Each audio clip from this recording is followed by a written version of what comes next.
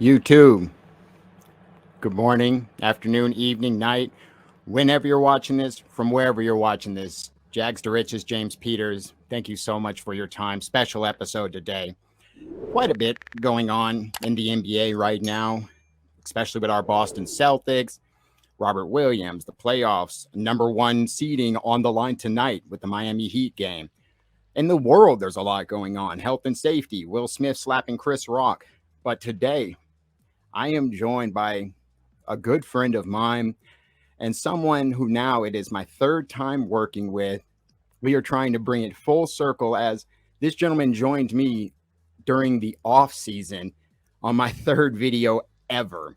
Ladies and gentlemen, Mr. Adam Taylor, CelticsBlog, Vitamin C's, has his own channel, recently hit 500 subs on the road to 1,000. If you are not subbed to him, I want you to immediately leave here and go sub to his channel. It is brilliant. Adam, what's up, brother? How you doing, sir? Good to see you.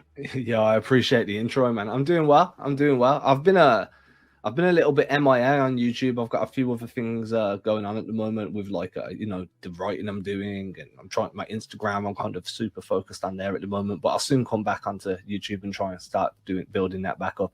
I see you've been out here crushing it, man. You got your thing going on with Bobby.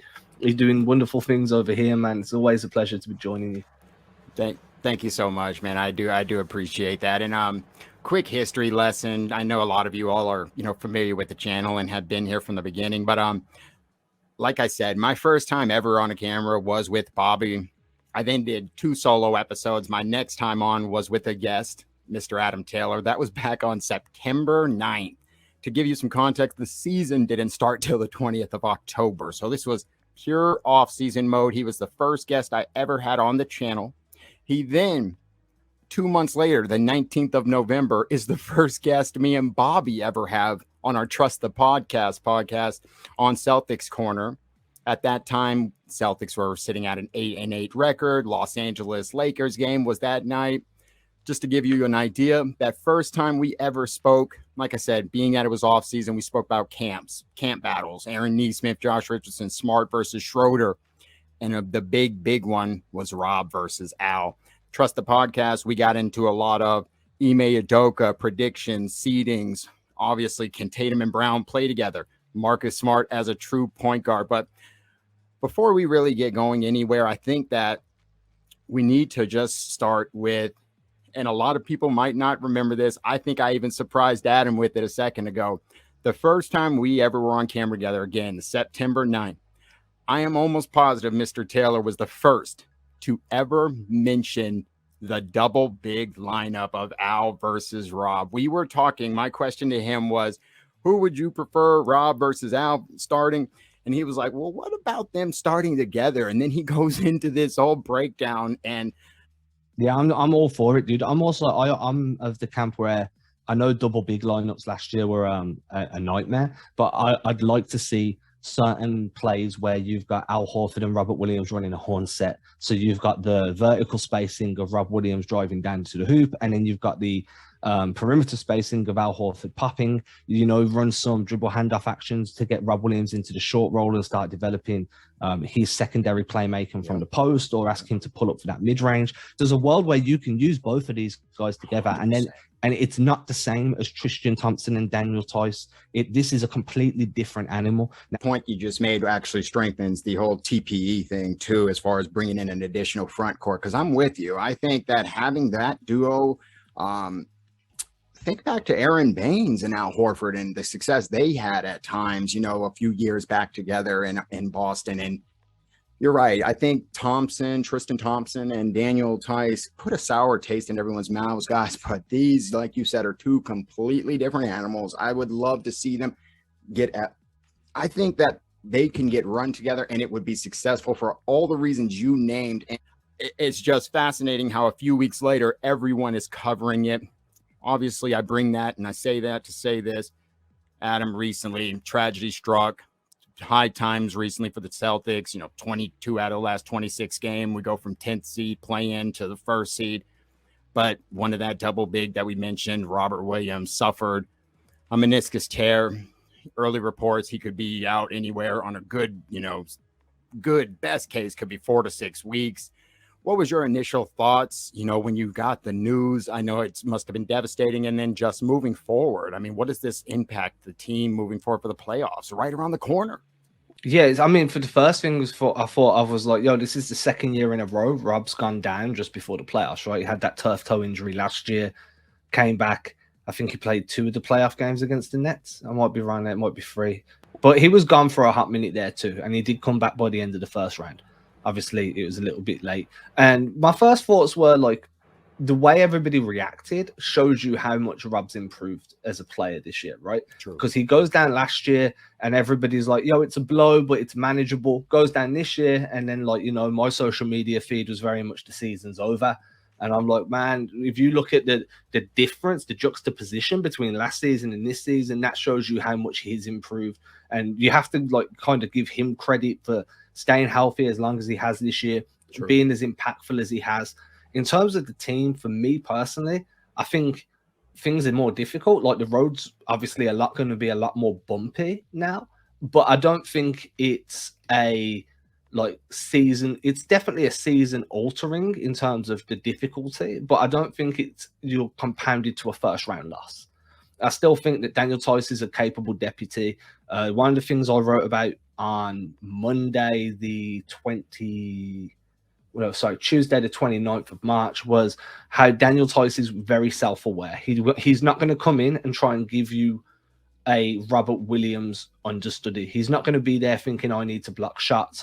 Daniel Tice is going to come in and be Daniel Tice. And that's valuable because you know yourself, sometimes when players go down, like high-level impact players go down, the next man up tries to be that guy. He tries to fill what you're losing. And then things just don't work out. Defensively, I think you're going to see Grant Williams slide into that starting 5. You're going to have Tice coming off the bench. That'll give you some continuity with that bench lineup. Also gives you some floor spacing on that on the starting 5. Grant's also been a very versatile defender on the perimeter, on the block. But the question is, do the Celtics alter their system a little bit and move away from that free safety that they've been putting Robert Williams in, where they're putting him on the weak side shooter, allowing him to roam off? Because Al Horford can't consistently play that role because he doesn't have the explosiveness. It's a lot of wear and tear on the knees. The lateral quickness isn't there as much as it used to be. And Grant Williams isn't that type of player either. So unless you're going to slide Jason Tatum into that free safety role because he has the length to deter shots, he has the athleticism to do so, then you're probably going to have to switch system. Now, why would you not put Tatum in that role? Well, Tatum's a very good on-ball defender. He's a good passing lane deterrent. But not just that, you're adding even more workload to his shoulders when he's already tasked with carrying the offense. So I do think that we're going to see slight changes in the way they operate defensively. Spot on. Great breakdown. Like you said, the Tatum, the man already has so much on him. And the fact that now with Rob being out, all of our key players, it's only going to have to do that much more to fill that gap of what Rob actually provided. And then the aspect of foul trouble. So you're right. Tatum probably has to avoid that. I think a few key points that you actually stated. First off, Daniel Tice is no slouch. Like, let's not forget this gentleman, the last ECF run we were on, he was our starting big. You know what I mean? That was our guy. And no, he is not Rob Williams, ladies and gentlemen. And that is not, I think that Adam said it. He is smart enough of a player. He is a vet to know I'm not Rob Williams and I'm not going to try to be Rob. What I'm going to do is what I do best. His pick and roll, the seals, his just fluidity with those stars and our starters. Look at him and Jason Tatum in a pick and roll. It is beautiful basketball. You know why? Because they've been doing that shit Tatum's entire career. They've been playing together for years with all of them. So I think that trade back, with Dennis Schroeder for Daniel Tice it's just, wow, could be season winning at this point. Because, I mean, if it was in his freedom back to that, our first time ever on camera, I think that was the only concern me and you both stated we had with a double big was the fact that potentially opens the door for more in his freedom minutes. But Daniel Tice coming in, I think, like you said, Grant Williams will get slid into the starting lineup. I mean, hell, people were talking about that already, putting Grant in next to Rob because him being, a 40% three-point shooter. And then you've seen it just the other night. Daniel Tyson, his first action, a double-double, 13 and 10. He looked really solid, and that was without a bunch of the stars out there. So we haven't gotten to see Al back, but let's not make any mistake. Al has been a 10 and 8 or 10 and 7 and 3 all season. He can't do the free safety role, as you mentioned. I don't think many people in the league can, but what do you think Al actually is going to provide? And do you think, I know Ime was stating he wanted to start getting away from high minutes from Al. Looks like it's going to be the exact opposite. Do you expect him to step up in Rob's absence? Yeah, I think they're still going to try and limit Al's minutes for the final 6 games of the regular season, or at least, like, if you look at the schedule, there's 3 of those 6 games are against teams that are Eastern Conference contenders. You've got Chicago, you've got Miami, and I think there's a Milwaukee game in there too. But then there's going to be 3 games against lesser opposition where you can play Horford 20 minutes, 18 minutes, just to give his body a little bit of rest before you go into the Washington, Indiana. Yep. Yeah. Washington have been awful recently. Indiana are really struggling out there. Miles Turner's not available. It's just not working out for them. Obviously, Washington don't have Kuzma at the moment. Bradley Beal's out for the year. There's going to be options to sit some of your starters, or at least limit them to 20, 22 minutes, like that sort of range. I think that Al's going to give you a bunch. A lot depends on what Udoka does from here. Like, if you watch that game against Toronto, obviously the team were missing 4 key starters, but they played a lot more drop. They were covering pick and roll in the drop. They were pinching more from on the perimeter. So when you pinch, it's your 2 bigs or your 2, depending on where the pinch happens, it's where 2 guys kind of cut in to really narrow the driving lane and pressure the ball handler. They were pinching a lot more. Their rotations were still crisp. I think the switch everything system is going to stay, but I do think that they're going to do lots of other things as well. Maybe run a bit more zone, maybe take a leaf out of Eric Spoelstra's book and do an inverted zone where you put your bigs at the front and then your guards at the back. And I just think that this is going to be a test for how quickly Ime Udoka can pivot and flow into a new system, a new scheme. And that's going to be good practice for him, because that's something that's going to happen a lot during the playoffs. You're going to have to keep switching up your schemes and matchups based on a night-to-night basis. No doubt about it. And first off, shout out to Ime Udoka. I mean, it's so funny, because I actually was going to mention the fact that our second meeting, the last time we were on together with Bobby Trust the Podcast, that was right at the heights of the hashtag Fire Ime. I mean, that was right in the middle of November. And to see him to have now turned it around to a potential Coach of the Year candidacy is truly remarkable. It's one of the great, turnarounds in a single season I think I can remember. But as far as everything else you stated, yeah, I mean, as far as changes to the strategy, to the, offense, defense, personnel, everything is going to change a little bit, whether that is going from, more of a drop from their actual switch everything, because like you said, there's no Al or there's no Rob anymore. So they might not be able to do the exact same things. There might be limitations, but I think Ime already showed you some flashes in that Toronto series that he is going to actually make some changes, acclimate as needed. And like I said, this is now a Coach of the Year candidate that we're talking about. So I do expect him and the rest of everyone to step up. And let's not forget that, Daniel Tice, was what, maybe him and Peyton Pritchard arguably were like the 8-9 on the rotation. So when you get to the playoffs, Adam, it's only a 8-man rotation at that point anyway. So I think that, like you said, this is not the end of the season. I think a lot of people's initial reaction was, oh my God, and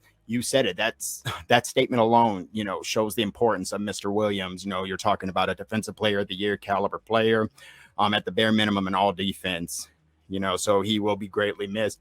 And we'll see, I don't know if they're keeping the doors open just to do it, or if there is some truth. Maybe he does come back. And if he does, could that reintegration actually be the best thing, or is it another Gordon Hayward, coming back in the playoffs? So we'll have to see. But speaking of Coach of the Year and awards, that's obviously 6 games left. Marcus Smart now all of a sudden is making a huge push for Defensive Player of the Year. I felt like that just happened overnight. Yesterday I typed it in and now he's like the front runner. What are your thoughts around Marcus Smart, what he has meant? I mean, we've talked on him several times, as far as him being a true point guard, could he do it this year? And I believe we both were on his bandwagon throughout, and it's seeing him flourish now. Do you see him as a Defensive Player of the Year, and what has he meant to this team overall? Yeah, I think so. I think he deserves at least being in that conversation, right? Like Smart's defense this year has been fantastic. His on-ball defense has been great for ever since he entered the league, really. But for me, his value comes in how he organizes the defense. You always hear him telling, guiding his guys, like, "Hey, switch here, get up on him, don't let him pass you. You know, sag off a little bit, don't go under, go over." He's always coaching on the floor. And Udoka said something similar in a recent press conference, like having Marcus Smart available on the floor is like having an extra coach that's playing the game. So that value as a defensive entity is huge. Obviously, Smart is one of the most switchable guards. You don't mind putting him on a big. He's capable of boxing out big guys. He battles on the block. He does everything you need, and he plays positionless basketball on the defensive end. What Smart meant to this team this year, I think he's answered a lot of critics in terms of his shot selection, his ability to orchestrate an offense. And as the season's gone on, I think he's really started to figure out how to control the pace of the game. And that's important for a point guard, especially when you're playing a system where your wings are bringing the ball up sometimes, you're putting your fives above the perimeter and asking them to initiate offense sometimes. Marcus Smart learning how to control that pace, even when he's off ball, has been a huge improvement to his game. And that's kind of allowed him to be this, a threat to go for 10 assists a night, a threat to go 20 and 10, a threat to go 20, 10 and 5. Like he's putting up numbers that wings you, like high level wings put up. So not just I think most improved player discussions are also, if he was to get put in that discussion, I think that's fair. I think he's an outside bet. Rob Williams is probably ahead of him. There's a bunch of players around the league that are probably more deserving of most improved, but Marcus Smart's name should be in that conversation just as much as it is in the Defensive Player of the Year conversation. Absolutely love it. Yeah, the MIP can be a little interesting to me when it's like Ja Moran is the front runner, and it's like because he is averaging 25 and he averaged 19 or 20 last year. And I'm like, yeah, but to me that he's on the trajectory I would have thought. Like he's just going the path forward. Like that's no surprise. Year 2 he averaged 19. Year 3 he's averaging 25. I mean, what That's the hell? normal. That's right. I mean, so I don't know. I would have thought guys like Rob Williams, Marcus Smart would be right up at the front of it, but clearly I need to do some more research on that award. But I mean, like you said, Marcus Smart has clearly, and I feel like you've seen it happen, in front of your very eyes this season. It's just like the change to where he has accepted this role and it is complete control of the offense. It's playmaking, it's attack, it's kick out, it's all defense, obviously. And that's who he's always been, hustle, the best defensive player on the court. But if you look at this season by itself, 2021, we were 17 and 19 with the best win streak was 3 at that point. 2022, we're 30 and 10. We've had a 9-win and a 6-win streak. Marcus Smart returning on the 23rd of January.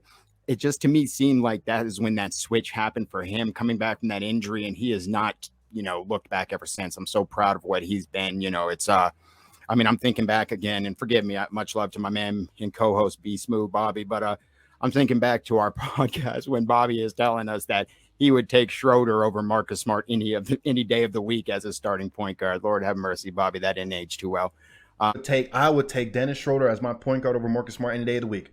I'm done picking on Bobby. Much love, Bobby. But anyways, guys, I guess it's time, to talk about the playoffs themselves. If you look just tonight, look at last night, Philadelphia versus Milwaukee. You're talking about a game-winning block by Giannis. I mean, if that wasn't a playoff atmosphere, I don't know what was. And then you follow that up with us versus Miami tonight. The winner is going to be the number 1 seed. I mean, it's so damn crazy right now, Adam, with this 4-horse race where we were first, we lose a game, now we're 4th, we win another game, now we're back first. It's just wild with these 4 teams, 6 games left. And I know it's damn near impossible to really predict because, who's going to rest, who's going to sit. Like you said, there's several playoff games and then there's several not. So it's just, what is your expectations? Better yet, your predictions? How do you see all of this unfolding? And then, we'll go into potential first round matchups based on how you see it unfolding. Yeah, I mean, for me, like coming into the season, I told myself finishing 4th was a good season. I was very prepared to be pleased, happy, and content with the 4th seed. You know, that felt like a very realistic achievement, a very realistic target. You had Milwaukee, you had Philadelphia, you had Chicago that were coming up. Atlanta looked tough. New York coming at the start of the season, coming off the back of their season last year, looked like they were going to be tough. You had Brooklyn. Whoever else that I've missed. But my point being was, to start the year, the East looked like it was like real tough, 1 through 10. You know what I mean? Now, obviously, a few teams haven't performed at the level that you would expect, but then, you know, New York don't play well, but Cleveland are playing well, so you kind of just take one out and put one in. It's been tough. For me, I'm still sitting at that 4th seed in my head. I'm like, anything more than that is a blessing. Anything less than that is a failure. 4th is fine. So I think that, you know, with the games that they've got, I haven't looked at every team's schedule, so me making any kind of like grand predictions is unfair, because I don't know how tough Milwaukee's running is. I don't know how tough Miami's is. Real quick, Adam, I will say, because I actually reacted to like a playoff simulator, so I looked into it. Out of those 4 teams, Milwaukee has the most difficult schedule. At the time I had looked at it, they had, I want to say 7 out of their last 9 games were against playoff teams. Boston had the second hardest. I think we had 6 out of our last 8 were against playoff. Then it was Philly, who I think had 5 out of 8. And then Miami had the weakest, who had 4 out of 8. Yeah, well, Miami are the one team at the moment that aren't playing well. You know, with everything going on, they're sinking at the moment. Milwaukee, a lot of people slept on them to start the year. You know, they had a lot of injury issues. Giannis weren't with the team for a hot minute. Brook Lopez has been out of the team for the majority of the season. Middleton, Holiday, both in and out of rotation. And everyone speaks about the Celtics not being healthy, and rightly so. But other teams also had issues this year, and Milwaukee were one that got hit real hard. So they're all healthy now. Now we're starting to see them kind of round into the same type of team that won a championship last year. If it comes down to, do I think Milwaukee finished higher than Boston in the rankings? If Rob Williams was healthy, I would have thought that Boston would have carried on rolling. Now I'm a little bit more like, man, maybe Milwaukee finished first. Philadelphia are playing really well too, but I think Boston just, you know, they've put themselves in a position to be able to hang in there. So I think Boston, man, it's real hard. Ideally, I want the Celtics to finish first, obviously. But look, 1 through 4 is home court advantage, and as long as you've got that, I'm okay with that. No, I'm absolutely with you, and I am actually, that was my prediction coming into the season as well. I said I thought that they would actually finish right at 4th. I got laughed at when I said that, and it's kind of just one of those things. This season's already a success when you think of the fact that, I mean, in January, Adam, we were in a play-in team, and now this is a team that has touched the #1 seed. I mean, think of the money you would have won if you would have sold somebody in January. This team will be #1 at some point. They would have laughed at you. So, you know, it is one of those things. It's hard to even, like I said, start to speculate or predict how it's going to shake out. You really have no idea. So, I mean, it is one of those things where I wouldn't be surprised if we finish 1. I wouldn't be surprised if we finish 4. Now, when you talk about those other 4 teams, Milwaukee is another one. If you look at the last 10, they're 7-3. You know, if you look at Philly, 6-4. Miami, however, I think is either 3-7 or 4-6. So they've been the one who is starting to slide while the rest are starting to ascend a little bit more.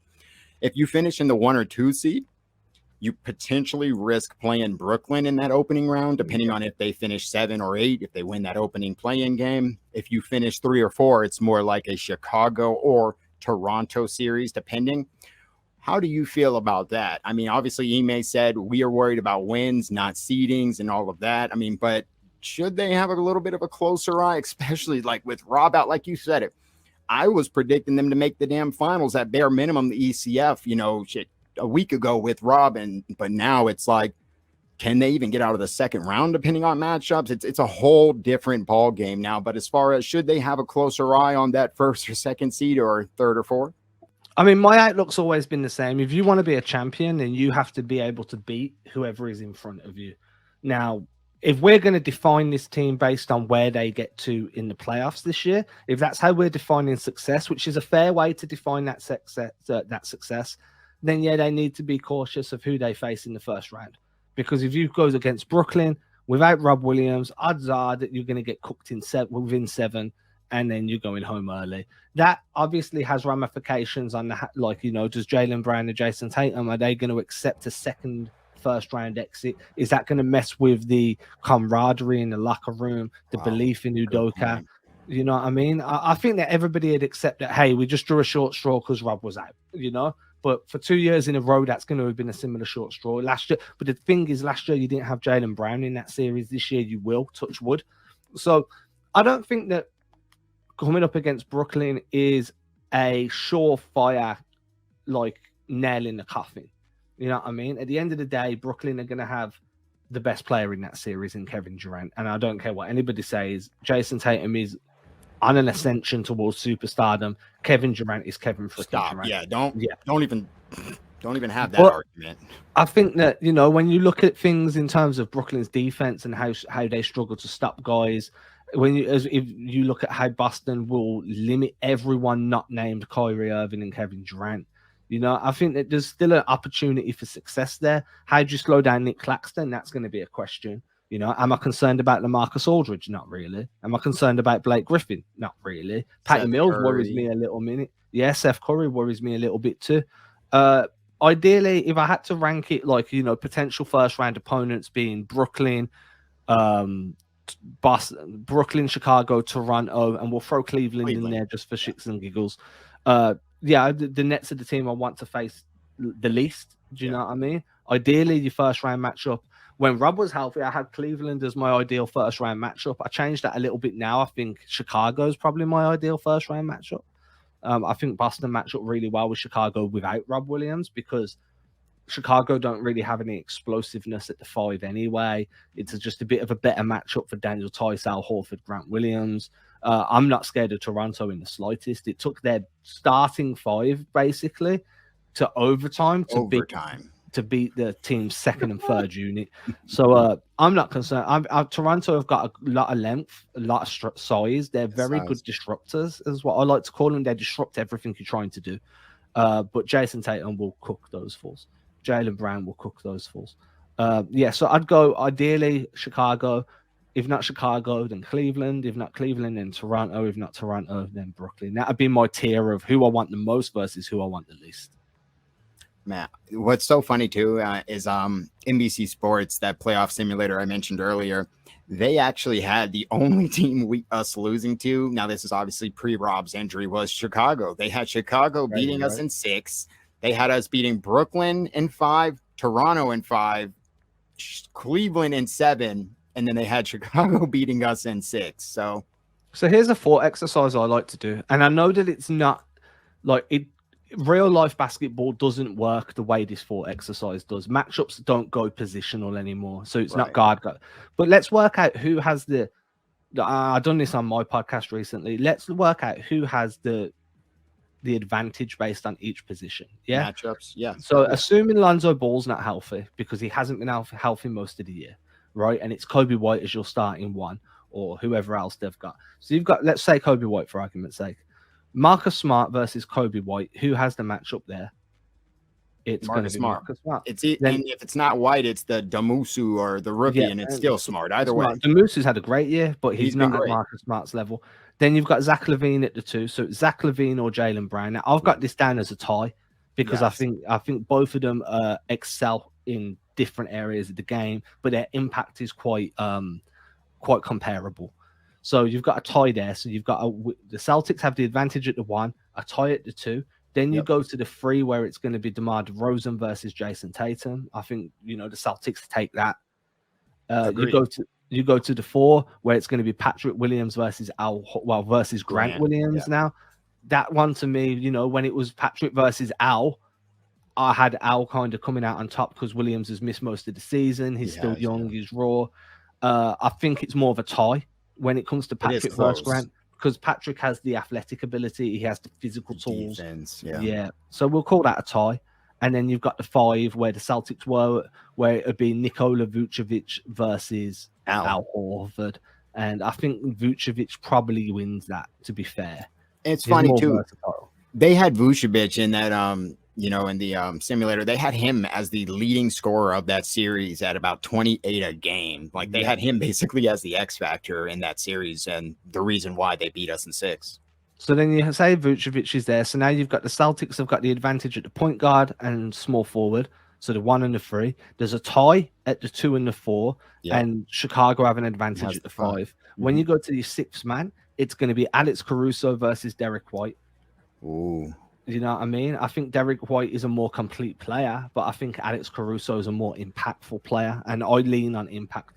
So you could probably say that there's 2 ties. Chicago have got the advantage at the 5. Boston have the advantage 1 and 3, and then you could do a tight 6 man. So it'll be a tight contest, but Boston still come into this with the clear-cut best player, and Chicago's best player is comparable to Boston's second best player.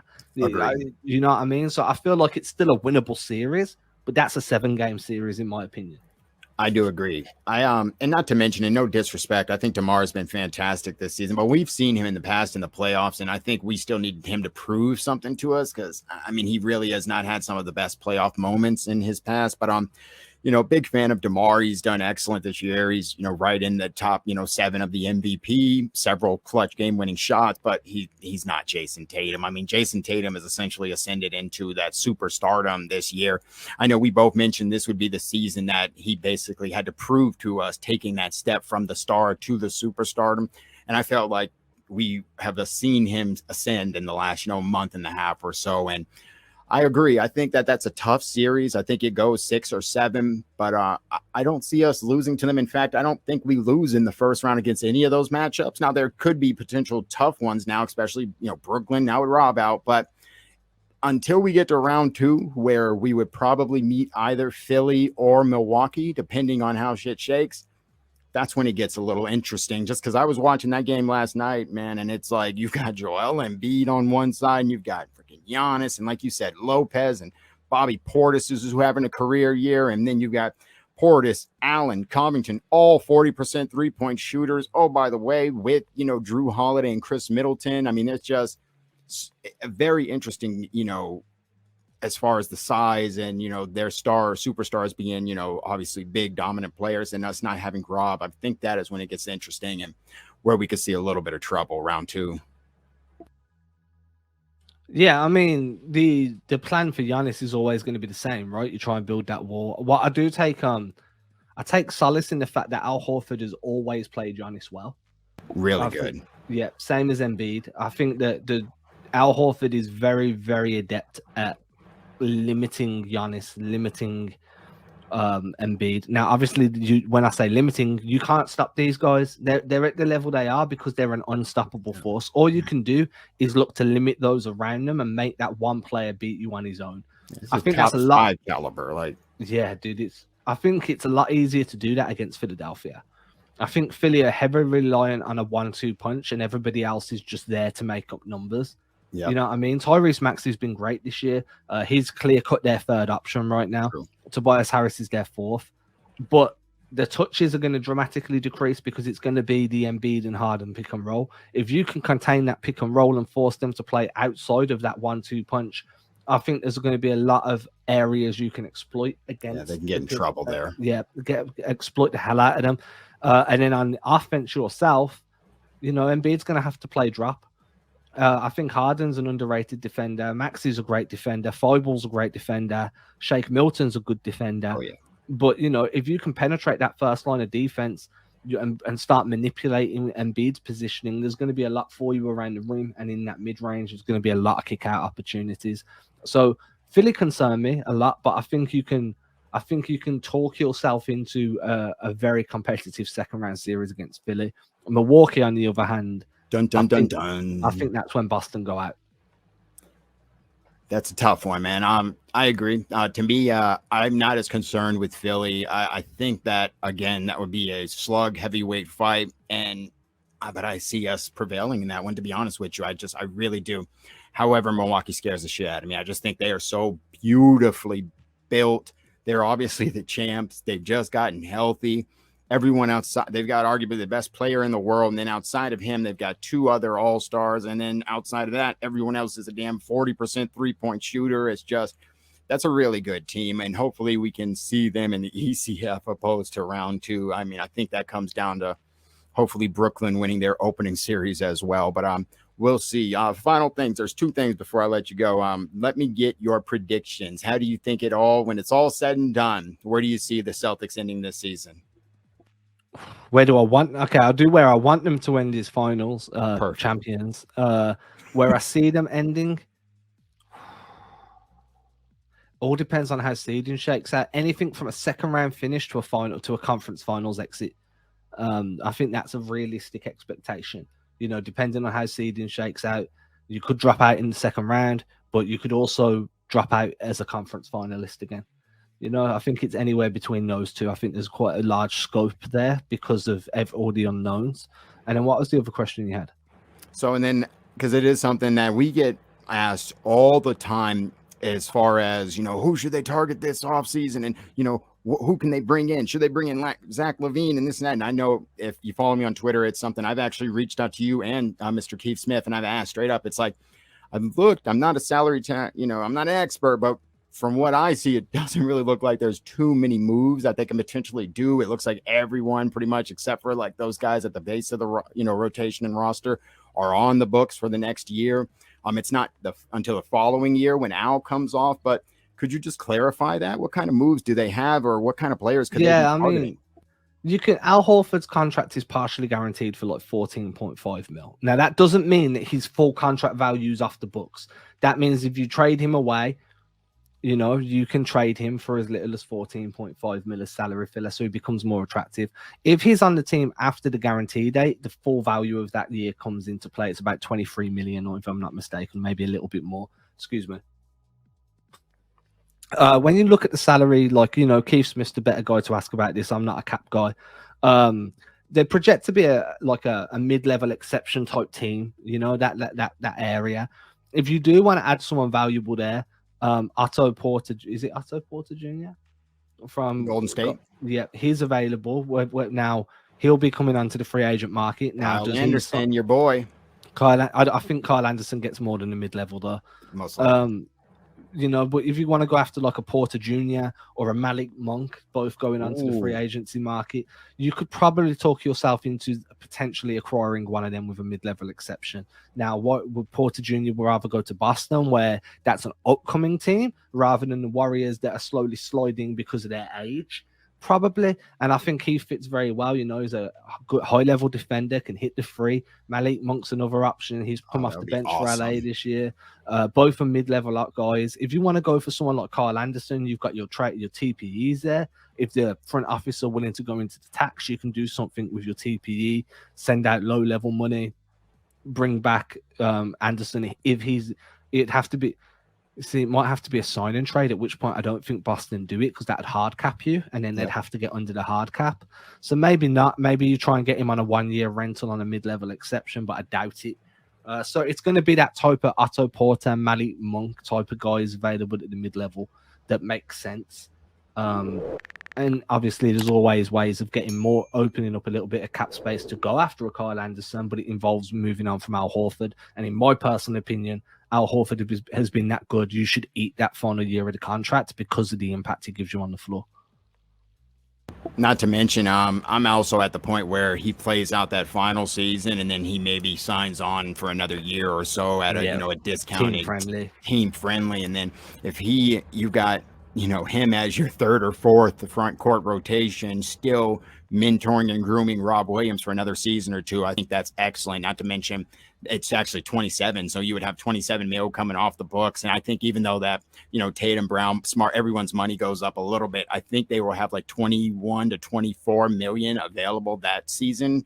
So I think that's when it gets interesting. That's when like the Christian Woods, Boyd Young, Bogdanoviches, and a lot of other players that could really come in will be available. But guys, we want to thank everyone so much for their time. Mr. Adam Taylor. Adam, tell everyone, where can they find you moving forward? I know you've got a channel, you write, CelticsBlog. I mean, you're so busy. Where can the people find you? Yeah, I'm pretty much everywhere where Celtics content is online. So if you're on social media, just search at Adam Taylor NBA. I'll pop up on Twitter, Instagram, whatever. Instagram is very much film breakdowns. I do like film breakdowns. Twitter's more just general NBA, general Celtic stuff. Find me over at SB Nation, CelticsBlog.com, Heavy.com, Odds Checker US, a couple of other places here and there. And then if you go onto your podcast feeds and search Celtics Blog, and then you'll see me there on a podcast called Celtics Pod. We have some great guests. You know, we've had Gordon Hayward in the past, Kendrick Perkins, Mike Gorman, Gigi Datome. So like we're trying to do what we can over there too. But generally, man, just keep supporting Jags. He's doing great things. I think he's on the come up. I'm very happy to always, whenever he reaches out for me to join the show, I'm super humbled. So everyone keep supporting Jags, and if you choose to support me too, that's great. But everyone, please keep rallying behind this man.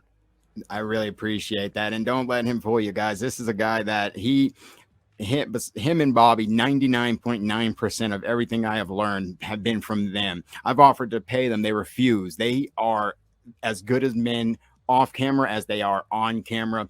Support them in every way possible because they deserve it and they work their asses off. It's an honor to be your friend, and it's an honor to have worked with you for a third time.